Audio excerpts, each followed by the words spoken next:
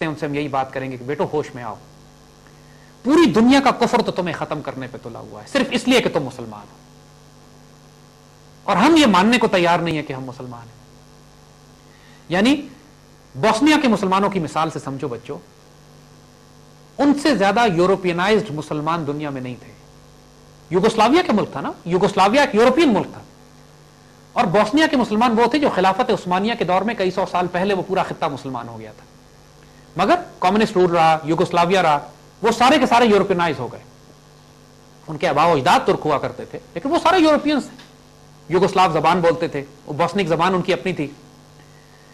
जब 1992 और 96 के दरमियान में बोस्निया को तोड़ने के लिए सिविल वॉर शुरू हुई, तो बेटा जिस तरह जेनोसाइड किया गया है बोस्निया के मुसलमानों का, क्रोएट्स के साथ ये नहीं हुआ, सर्ब्स के साथ ये नहीं हुआ, मॉन्टेनिग्रो वालों के साथ ये नहीं किया, ये सिर्फ बोस्निया के मुसलमानों के साथ, और सब ने मिलकर किया, क्रोएट्स ने भी किया, सर्ब्स ने, इसलिए कि वो सारे ईसाई थे, बोस्नियंस मुसलमान थे। और ये उनका ख्याल था कि एक यूरोप में एक रियासत, जब जाहिर है टूटेगा युगोस्लाविया तो कई रियासतें बनेंगी, तो यूरोप के बीच में वो एक मुसलमान रियासत को बर्दाश्त नहीं कर सकते थे, वो ये अफोर्ड नहीं कर सकते थे कि यूरोप के बीच में एक मुसलमान रियासत भी हो। तो ये फैसला किया गया कि बोस्निया के मुसलमानों को तहत तहत कर दिया जाए। बेटा जो जुल्म हुए हैं, जो तारीखी जुल्म हुए 20वीं सदी के आखिर में यूरोप के बीच में, वो यूरोप जो अपने आप को इतना तहजीब याफ्ता, तरक्की याफ्ता और अपने और हमें इंसानियत सिखाने के लिए आता है। सर्ब्रानिका एक जगह थी वहां पे, जहां पे 20,000 बोस्नियन मुसलमान सर्ब फौजों ने यूएन की प्रोटेक्शन में, यानी यूएन उनकी हिफाजत पे मजबूर थी, सर्बियन गए वहां पे, और सर्बियंस ने जाके यूएन को एक तरफ कर दिया, यूएन खामोशी से एक तरफ हो गई, हॉलैंड के सिपाही थे एक तरफ हो गए, और 20,000 बोस्नियन मुसलमान बच्चों और औरतों को जिस तरह ज़िबा किया गया है, उसके बाद इन्ना लिल्लाहि व इन्ना इलैहि राजिऊन। आप गूगल पे जाओ, यूट्यूब पे जाओ, सर्च करो बोस्नियन स्लॉटर्स, बोस्निया के मुसलमानों का तारीख देखो, वहां पे क्या लिखा हुआ है। बेटा दिल दहल जाता है, इंसान रोंगटे खड़े हो जाते हैं, इंसान खून के आंसू रोता है। ये 20वीं सदी में हुआ है, कोई पुरानी बात नहीं है। आप लोग पैदा हो चुके थे उस वक्त, लेकिन छोटे थे, खबरें नहीं सुनते थे उस वक्त। आप लोगों को नहीं पता था कि बोस्निया में क्या हो रहा है। ये 1992 और 96 के दरमियान की बात है।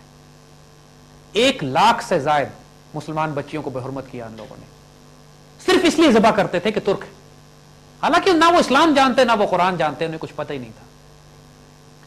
इसी किस्म का अलमिया जब उस दौर में हो रहा था, जब तुर्क मुसलमानों को ज़िबा किया जा रहा था, अरब बगावत कर रहे थे, और सलीबी फौजें जब बैतुल मक़दस शरीफ पर कब्जा कर लिया था अंग्रेजों ने, और इसराइल बनाने की बात, पहली जंग अज़ीम के बाद, उस वक्त मुसलमान खून के आंसू रोते थे यहां पे। तो इकबाल ने उस वक्त यह बात कही थी कि मुसलमान को मुसलमा कर दिया तूफान मगरिब ने। मगरिब का जो तूफान उठता है, इतना शदीद तूफान जो मगरिब का उठा, उसने मुसलमानों को मुसलमान कर दिया। बोस्निया के मुसलमान, यकीन करो, आप आज कहते हैं कि हमको मुसलमान करने वाले सर्बियंस थे। अगर वो जुल्म हम पे ना होता, वो हमको मारते इसलिए थे कि तुम मुसलमान हो, हम कहते थे हम इस्लाम जानते नहीं।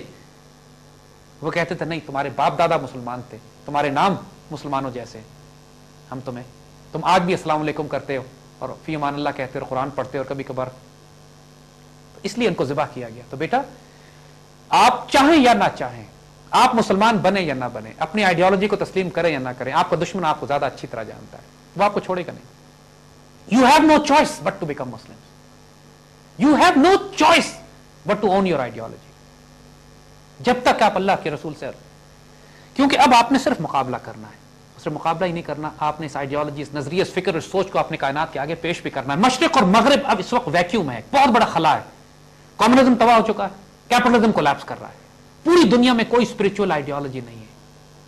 ये नोट नहीं करते लोग, क्या अजीब और गरीब बात है कि इस्लाम यूरोप में सबसे ज्यादा, अमेरिका और यूरोप में सबसे ज्यादा तेजी से फैलने वाला दीन इस्लाम है। क्यों? वो लोग क्या तलाश कर रहे हैं? सब मटीरियलिज्म दुनिया देख ली उन लोगों ने, जो एक वजूद में खला है वो इस्लाम पुर कर सकता है सिर्फ, और इसीलिए वो बिदके हुए यूरोप में, कभी हिजाब पे पाबंदी लगाते हैं, कभी मस्जिद के मीनार पे पाबंदी लगाते हैं, कभी स्कार्फ पे पाबंदी लगती है, कभी ये पाबंदी, दाढ़ी पे पाबंदी है, कभी मुसलमानों को जिस तरह वो यूरोप और अमेरिका में रुस्वा कर रहे हैं इस वक्त, मकसद क्या है उनका? मुसलमान जाएं यहां से।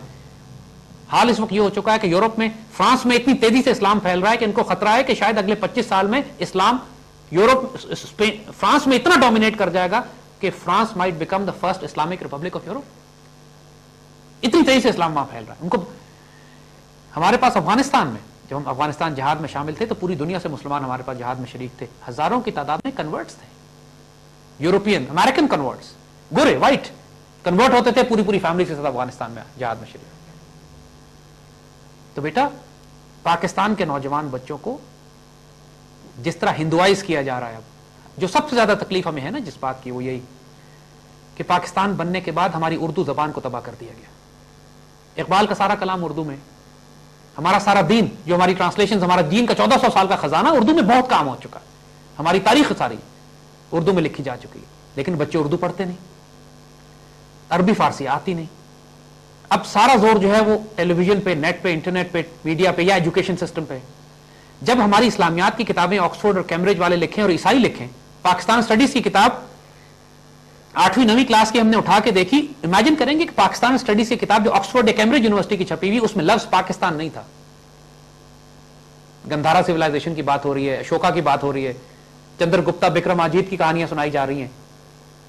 पूरी किताब में पाकिस्तान का जिक्र नहीं है. मोहनजोदड़ो की बात हो रही है, गंधारा सिविलाइजेशन, पाकिस्तान नहीं है कोई इसमें.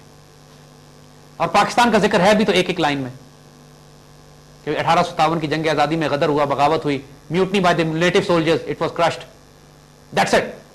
वो जो 190 साल तक स्लॉटर होता रहा है पूरे इंडिया में, अरबों अरबों डॉलर की, अरबों पाउंड्स के जो लूट मार की गई है कि 25% शेयर जो इंडिया का हुआ करता था, मुसलमान इंडिया का ग्लोबल ट्रेड में, वो रिड्यूस होकर 1% से भी कम में रह गया अंग्रेजों के दौर में. तो पूछो कि अंग्रेजों ने इंडिया को तरक्की दी है या उन्होंने इसको तबाह बर्बाद किया. तो बेटो हमारी नौजवान नस्ल को इस वक्त बहुत जरूरी है कि हम उर्दू को दोबारा रिवाइव करें. कोई मुश्किल बात नहीं, उर्दू बोलते हैं हम सारे ना, उर्दू पढ़ना शुरू करो. 6-7 महीने उर्दू की चंद किताबें पढ़ोगे, उर्दू अच्छी हो जाएगी. उर्दू की फिर तारीखी किताबें हैं, नॉवेल्स हैं, नसीम हिजाजी हैं, अल्लामा इकबाल हैं, कुदरतुल्लाह शहाब है, मुमताज मुफ्ती हैं, सुल्तान सलाहुद्दीन अय्यूबी की तारीख है, सैयदना खालिद बिन वलीद की तारीख है, मुस्लिम हिस्ट्री, उसको पढ़ो. फिर इंग्लिश में इतनी अच्छी किताबें नहीं मिलेंगी आपको, उर्दू में मिलेंगी या अरबी और फारसी में मिलेंगी. सारी जिंदगी अंग्रेजी सीखते हुए हम गुजार देते हैं.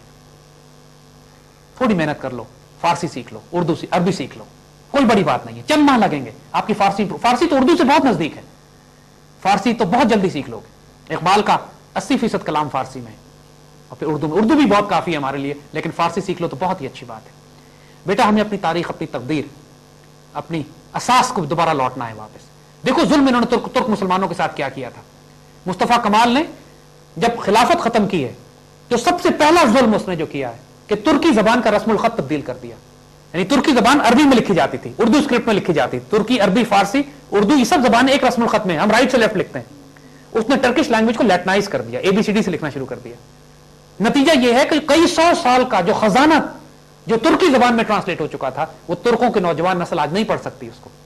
और वो पढ़ सकती है सिर्फ जो 1920 के बाद, 30 के बाद तुर्क रियासत ने जो ट्रांसलेट करके इनको दिया है मटीरियल, कंट्रोल, बस वही पढ़ सकते हैं. वो पता ही नहीं कि उनकी तारीख क्या है. ये जुल्म किया गया. लैंग्वेज, जबान संभाल के रखनी है बच्चों. उर्दू जबान को हर हाल में संभालना है. आज से कसम खा लो, वादा कर लो कि उर्दू जबान को इंशाल्लाह हम रिवाइव करके रखेंगे. इस जबान को खत्म नहीं होने देंगे. क्योंकि सबसे ज्यादा आप यकीन करें, हमारा मीडिया पहले कहा करते थे कि अगर तुमने अपनी अंग्रेजी दुरुस्त करनी है तो BBC को सुना करो. आज कहते हैं अपनी उर्दू को खराब करना है तो पाकिस्तान का मीडिया सुन लो. तो बहुत बर्बाद कर दिया हमारी उर्दू को इन लोगों ने.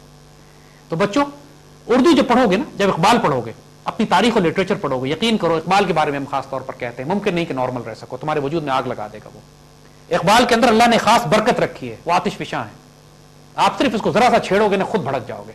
और फिर जो अल्लाह के रसूल की, इश्क रसूल की आग, पाकिस्तान से मोहब्बत की आग, उम्मत रसूल से मोहब्बत की जो आग लगेगी ना, फिर ऐसी कौम को यह नहीं समझाना पड़ता कि हमारी मंजिल आसमानों में किस जगह है. उनको अपनी मंजिल वो वसत अफलाक में, आसमान की बुलंदियों में तकबीर मुसलसल भी देंगे, और उनकी अजान से शबिस्तान वजूद भी लर्जेगा इंशाअल्लाह. अल्लामा इकबाल का कलाम मैजिक है बेटा, तोहफा अल्लाह रसूल की तरफ से. इसकी कदर करना, इसको जाया ना करना. अल्लाह तुम्हें अपने हिफ्ज़ो मान में रखे.